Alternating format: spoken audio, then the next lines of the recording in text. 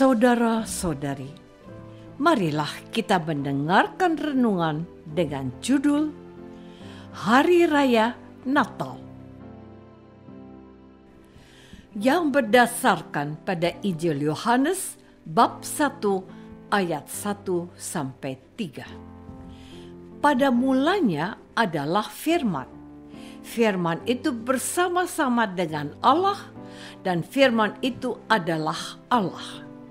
Ia pada mulanya bersama-sama dengan Allah. Segala sesuatu dijadikan oleh Dia, dan tanpa Dia tidak ada suatu pun yang telah jadi dari segala yang telah dijadikan. Dalam nama Bapa dan Putra dan Roh Kudus. Amin. Saudara-saudari terkasih dalam nama Tuhan Yesus Kristus. Pada hari ini, umat Kristen dan Katolik merayakan Hari Raya Natal. Hari Raya Natal merupakan hari kelahiran Tuhan kita Yesus Kristus. Pada Hari Raya Natal, kita merayakan peristiwa di mana Allah menjadi manusia. Bagi orang non-Katolik dan Kristen, peristiwa Allah menjadi manusia sangat sulit untuk dipahami. Bagaimana hal itu terjadi? Tentu kita bisa bertanya, mengapa Allah mau menjadi manusia? Ada beberapa alasan mengapa Allah mau menjadi manusia. Pertama, Allah menjadi manusia karena Allah mencintai manusia. Karena itu, perayaan Natal dapat juga kita pahami dan maknai sebagai peristiwa di mana Allah menunjukkan cintanya kepada manusia. Ibarat manusia dengan cicak. Jika kita melihat cicak yang kelaparan dan kita ingin memberi cicak tersebut makan, bisa saja cicak itu takut kepada kita. Tetapi jika kita mengubah diri kita menjadi cicak, maka cicak itu tidak lagi takut kepada kita. Dan itulah yang dilakukan oleh Allah dengan mengubah dirinya menjadi manusia dalam diri Yesus Kristus. Kedua, Allah menjadi manusia untuk menunjukkan bahwa Allah ingin merasakan hidup sebagai manusia. Saudara-saudari terkasih, saat ini perayaan Natal sudah mulai bergeser maknanya. Artinya, perayaan Natal terkadang hanya memperhatikan hal-hal yang kelihatan. Misalnya, bagaimana membuat kandang Natal dan menghias gereja atau kapel dengan warna dan lampu yang menarik. Tentu kandang Natal maupun hiasan gereja menjadi penting. Namun ada yang paling penting, yakni bagaimana setiap umat Kristen dan Katolik dapat mengalami kasih Tuhan dan membagikannya. Sebab kandang Natal dan hiasan gereja menjadi sia-sia bila umat justru tidak bisa melihat dan mengalami perjumpaan dengan Yesus yang lahir di kandang Natal. Yang juga memprihatinkan dan menyedihkan adalah bagaimana umat capek atau lelah mengurus persiapan Natal sampai mereka tertidur atau tidak bisa mengikuti misa Natal dengan baik dan kusuk. Padahal kita mesti menyiapkan tenaga dan waktu untuk berjumpa dengan Yesus secara pribadi. Perjumpaan dengan Yesus inilah yang dapat mengubah hidup kita.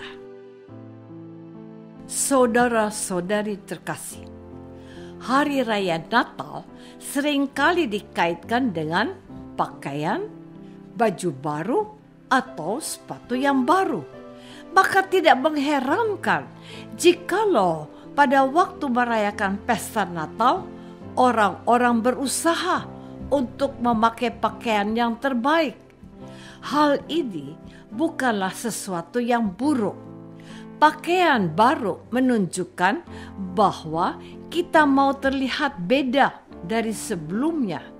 Kita ingin terlihat cantik, tampan, atau menarik.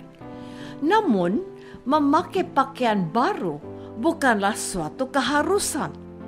Kalau kita mempunyai uang, kita bisa membeli pakaian baru yang dapat kita kenakan pada saat Natal. Tetapi, memakai pakaian baru tidak dengan sendirinya membuat orang bahagia atau gembira. Sebab kebahagiaan dan kegembiraan adalah urusan hati. Hati manusia bisa mengalami kegembiraan dan kebahagiaan meskipun dia memakai pakaian yang biasa atau pakaian yang sudah lama. Sebaliknya, orang yang memakai pakaian baru belum tentu bisa bahagia dan gembira.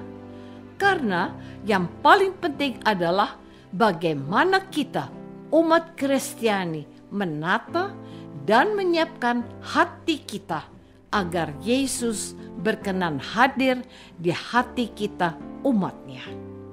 Jikalau Yesus lahir di hati kita, maka hidup kita akan gembira dan bahagia. Saudara-saudari terkasih, Natal selalu membawa harapan dan damai. Untuk itu kita perlu belajar dari para gembala yang melihat kemuliaan dan keagungan Tuhan di angkasa. Sebab berita gembira kelahiran Yesus pertama-tama justru disampaikan para gembala yang hidup miskin dan sederhana. Berita kelahiran Yesus tidak disampaikan kepada penguasa, orang kaya, politisi, maupun presiden. Hanya orang-orang sederhana dan membuka hatinya yang mampu mengetahui peristiwa kelahiran bayi Yesus. Para penguasa, orang-orang besar, dan orang kaya sibuk dengan urusan duniawi mereka, sehingga mereka tidak mampu dalam membaca tanda-tanda alam. Berbeda dengan para gembala yang dengan mudah membaca tanda-tanda alam. Berbeda dengan para gembala yang dengan mudah membaca tanda-tanda alam. Sebab sebagai gembala mereka harus tahu kapan hujan turun atau kapan matahari panas terik sehingga tidak membahayakan binatang peliharaan mereka. Karena itu, mari kita merendahkan diri, merayakan Natal dalam kesederhanaan. Selamat Natal. Semoga kelahiran Yesus membawa sukacita, damai, dan harapan bagi kita. Semoga damai Natal dirasakan oleh mereka yang menjadi korban perang. Apakah kita sudah berusaha merayakan Natal dalam kesederhanaan dan semangat berbela rasa kepada sesama yang miskin dan menderita? Marilah kita berdoa. Tuhan Yesus Kristus, hari ini kami merayakan kelahiran-Mu di dunia. Engkau Allah yang berkenan menjadi manusia yang sederhana. Ajarilah kami untuk hidup dalam kesederhanaan.